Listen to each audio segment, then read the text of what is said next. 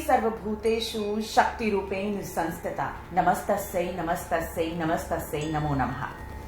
मैं हूं आपके साथ नेहा अंकुर वालिया। आप देख रहे हैं अलौकिक भारत न्यूज नेट। आज हम बात करेंगे माँ के 9वें स्वरूप की। आज है नवरात्रों का 9वां दिन। माँ के सिद्धिदात्री स्वरूप का होता है पूजन। कैसे किया जाता है ये पूजन, क्या है पूरा विधि विधान, कैसे माँ की कृपा आप पर बरसे, इस पर ज्यादा जानकारी के लिए हमारे साथ स्टूडियो में पंडित जी मौजूद हैं। उनसे जानेंगे कि माँ का पूजन आखिरकार कैसे होता है। पंडित जी, आज बहुत बहुत स्वागत है आपका। आज नवरात्रों का आखिरी दिन है, 9वां नवरात्र है। ऐसे में माँ सिद्धिदात्री की कृपा आप पर कैसे बरसे, क्योंकि यही दिन होता है जब कहते हैं सारी कामनाएं आपकी पूर्ण होती हैं। कैसे करें पूजन, क्या है पूरा विधि विधान? 9वां सिद्धिदात्री नवरात्र के 9वें दिन, 9 की संख्या पूर्ण मानी जाती है। वैसे भी नवरात्रि में सिद्धिदात्री का पूजन 9वें दिन हम करते हैं।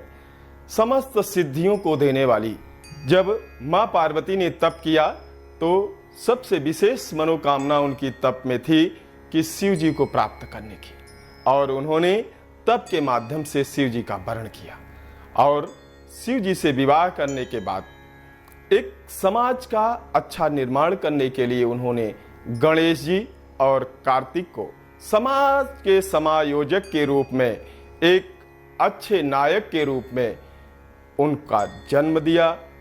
और गणेश कार्तिक के साथ साथ माँ पार्वती की पूजन सिद्धिदात्री के रूप में जब हम पूजन करते हैं तो हमारे कामनाएं सिद्ध होती हैं।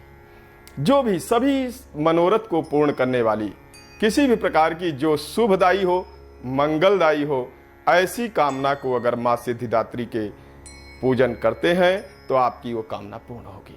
पंडित जी, परीक्षा दी हमने, परिणाम का इंतजार है, तो कहा जाए कि सिद्धिदात्री माँ का जो हमने 9 दिन हमने पूरा पूजन किया, सारी माताओं के स्वरूपों को पूजा, तो ये 9वां दिन उसी परिणाम की तरह बहुत महत्वपूर्ण है। बिल्कुल महत्वपूर्ण रहेगा सिद्धिदात्री का पूजन। और जैसे नवग्रहों में भी हम बताते हैं ना, तो केतु ग्रह का विशेष रूप से 9वें दिन पूजन करना चाहिए। केतु झंडा का प्रतीक है। झंडा हमारा क्या है, जिस स्थान को हम प्राप्त कर लेते हैं उस क्षेत्र में हम एक प्रतीक के रूप में अपना वहां पर झंडा लगाते हैं, और आपका झंडा वहां पर तभी लगेगा जब आपकी विजय प्राप्ति होगी और सिद्धि होगी। जिस कामना के लिए आपने उस कार्य को किया, संघर्ष किया, जो आपका एग्जाम आपने दिया है, तो उसमें आपको विजय प्राप्त होगी। और विजय प्राप्त तभी होगी जब उसका परिणाम अच्छा आएगा, और परिणाम जब आएगा तो वहां पर आपका झंडा लहराएगा।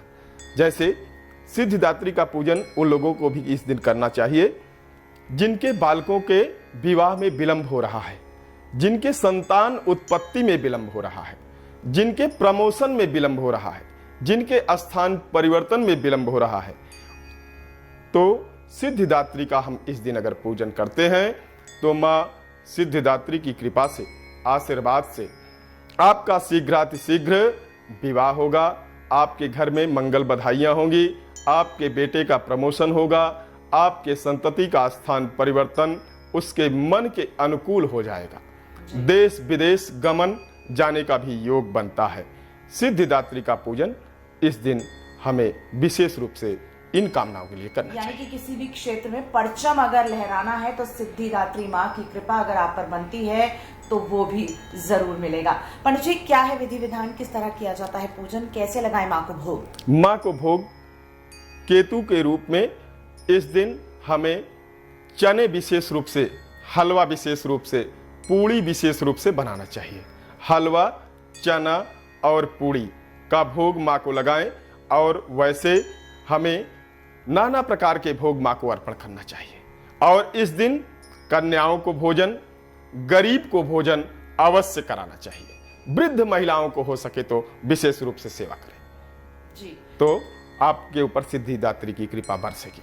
तो माँ की कृपा बरसेगी सिद्धिदात्री के रूप में, जब आप, जैसा कि पंडित जी ने बताया, कि पूरी, चना और हलवा का भोग लगाएंगे और कन्याओं को, गरीबों को और साथ ही किसी वृद्ध महिला को अगर आप ये भोजन करवाते हैं तो माँ की कृपा आप पर सदैव बरसेगी। तो हमारी खास पेशकश में फिलहाल इतना ही। देश और दुनिया की बाकी खबरों के लिए देखते रहिए अलौकिक भारत न्यूज नेट।